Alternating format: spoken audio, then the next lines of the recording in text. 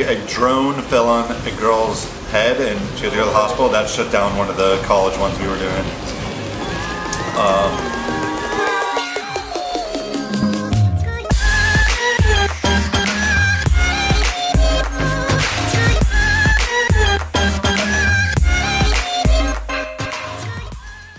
Yo guys, how's it going? So we're here today at Celebrities Nightclub with two friends, and we're just gonna, quickly chat with them for a couple minutes, get to know them a bit, and yeah, hopefully they'll give us some awesome advice for DJs and producers, and yeah. So you guys, I read a bit about you and your backstory, just digging deep, and you guys were both in high school together. You guys became best friends, and then you started to produce. Like, how did that all come together? It definitely.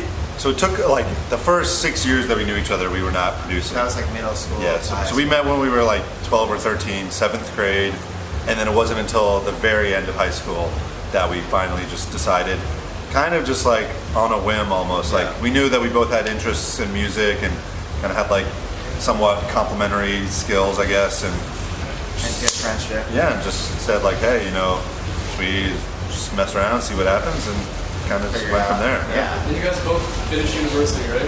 We finished. Yeah, both degrees and stuff? Yeah. Did that help you in like DJing and musical career?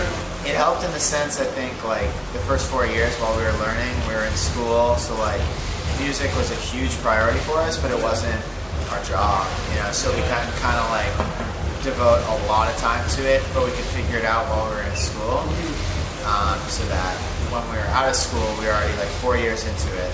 It wasn't like just starting fresh and like having the pressures of making money and stuff like right away, so it was good in that sense. So for like DJs and producers who are just starting out and like probably like building a name for themselves, but are getting pressured to go to school, what advice would you give them? Like stick through it, or?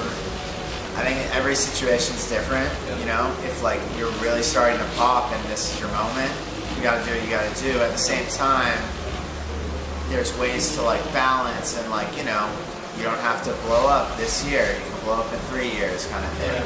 It's always nice to have kind of, you don't want to diverse interests and stuff too. That's what I mean. Yeah, it definitely is. Kind of depends on individual people's situation, but like there is, you don't want to feel so much pressure that you need. If you skip school completely and you feel like you need to make X amount of money to pay your rent and whatever, that could potentially mean that you're like going into opportunities that you otherwise wouldn't have really done because you need the money versus going to school and obviously having backup plans just in case things don't work out, and kind of like Matt said, kind of having that a little bit of a buffer where like you can focus on the music without really needing to pay the rent every month because you're in school and you're not super kind of doing that. It'd be fun too. School. Yeah. Make some friends. Yeah. And you guys started off as bedroom producers, right? And just totally. went all the way to the main stage. Pretty much. We still kind of are. We're still just in the basement. Everyone is really a bedroom producer, So, bedroom producers who are like currently, because back when you guys were bedroom producers, the scene was like a lot different. Now it's more saturated. I think the biggest group has like 25,000 bedroom producers all trying to like get their moment. Do you think there's still space for bedroom producers to make it? Honestly, I think it's always an interesting question because it is way different. It's so different. It really is, and it is more saturated. There's always more people making music, and we see that even like what we're trying to do now. There's always space. I think it's harder to stand out probably. And obviously, like music trends and everything, like go in certain ways, but it just kind of, if anything, it means like focus on the music, hard, because that's the only way you're gonna like stand out, And then the branding and everything else is like necessary as well. Yeah. You guys were associated a lot with proximity and the whole YouTube thing. How has that helped you like your career? It's been huge. I mean, that was something. Early on, we really had no idea kind of that whole world, and then all of a sudden one day, Proximity was one of the early supporters, and he uploaded one of our remixes, and we're like, wow, this gets a lot of exposure, a lot of eyeballs on it, and then we quickly realized like this, there's a lot of people use YouTube to find new music and like start developing relationships with Bunch of- proximity and the funny thing is there's like new one every year that Yeah. like they grow hard and they're big. I think it's just like another avenue, like if, competitor with Spotify, competitor with SoundCloud, and it just helps. Another way to expose music. Yeah. What advice did you give people who are trying to get the attention of like Proximity, Yeah. Monster Cat? It's tough too, like So hard, yeah. they definitely have their inbox gets flooded every day, so it's Yeah. it's hard to send a cold email, but at the same time, like once you just got to get that foot in the door, and then you kind of can really develop that relationship on a personal level. And so once you do get the foot in the door, it's definitely important to like not just let it go and let it pass, but reach out, thank them personally, try to build a. It's like do what you can control, which basically means, and this is not only for YouTube, for anything. Like try to send a nice email, professional email, try to reach out or network in professional ways that aren't annoying and are respectful. And then the only other thing you control is the music. Music, yeah. Hope if you get something that like Right. is so Honestly, good that at they this will point- hear it. At this point, I think like those YouTube channels, just specifically talking about YouTube, you have a much better chance of randomly getting uploaded I'm pretty sure, right? I don't than think. submitting. I don't think we ever. The first song that he posted, I don't think we think ever. we did, actually. We did. Oh, maybe we did. But I mean, fine. If it wasn't for us, then all the time you see that those channels were up in the description, right? Like, I'd never heard of this guy, but I came across blah blah blah, and I just had to post it, and it's like, So if you make good music, they'll automatically like find you. Not always. It takes a while, so you have to be patient. It's like a combination of making But good some- And music. I think that's kind of. Marketing, right? It's been an important. Making music, marketing, and time. That's the important Yeah. mindset we've had is kind of what Matt just alluded to, like focus on what you can control, especially the music, and like don't try everything that you think you can do to put yourself in a good position. Obviously do it, but certain things are just going to fall into place over time, and like you can't beat yourself up because you didn't get uploaded onto YouTube Happens that to day. us all the time, too, So you still, just Yeah. as hard as it is, just focus Yeah. in on the stuff you do really have control over, and then Definitely. over time more things will start happening, and And it's then a snowball not, you effect. don't have to rely on one thing, for a release to succeed. You can rely on your fan base, which is that's the best, because then you can be like, all right, these other things are important, and some of them will happen, some won't.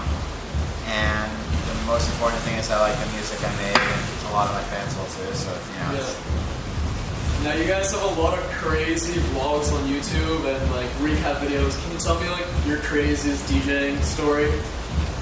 Craziest DJing story. It's a good question. Well, this isn't really DJing, but What just happened? Yeah, what just happened I could 5 work. minutes ago? Yeah. Yep. So we, I guess it's not really DJ, but we just were led through the venue, down the stairs, down here, and I guess there's a. I guess they said Like it's a a pride pride event, and we saw. I guess the best way to describe it is if you've ever seen the movie Dodgeball. The first team that they play, where they mix up the outfits and they're wearing the like leather collars and BDSM materials. A The lot of whole old group dudes. of them right outside our green room door, and we kind of had to yeah. weave our way through. That was the fun. oldest guy Definitely- said something like, "Man, so you guys just turned down the wrong hallway." Yeah, that was fun. Let's see what else Yeah. crazy. We've had some. No, it's just fresh. Some of the college ones get a little crazy with like Frat parties and stuff. those Some of getting those are shut cool, down. but but- honestly, some of the nightclub ones and festival. Honestly, there's like probably these aren't very interesting stories. I probably have so many. I need to write them Yeah, we down. do need to write them down so you can like. Have a journal. I guess a drone fell on a girl's head and she had to go to the hospital. That shut down one of the college ones we were doing. Kind of told it in a weird way. Yeah. That story. It's Yeah. a lot funnier how it actually. I just cut to the point. Let's see. This one's not like a crazy story, but I just always think it's funny. This was a couple years ago. Some guy, I think we were in like Kansas City. Some guy came up to me and he's like, "Hey, I'll pay you $80 cash if you play a Drake song." And at that time, we actually had a Drake remix. I forget what it was, but that we were playing pretty often in our sets. So like we were gonna play it anyway. So I told him, it's like, "Hey man, we usually don't really like do a lot of Usually, okay." well, it's more like I'm not gonna take your Right. break. But I say like don't worry, like we got you. We're gonna play that anyway, but don't worry. And he was like, he thought that was like the coolest thing ever. He just shoved $80 into my back pocket. And I don't even really know what I felt something, but I didn't really I didn't look.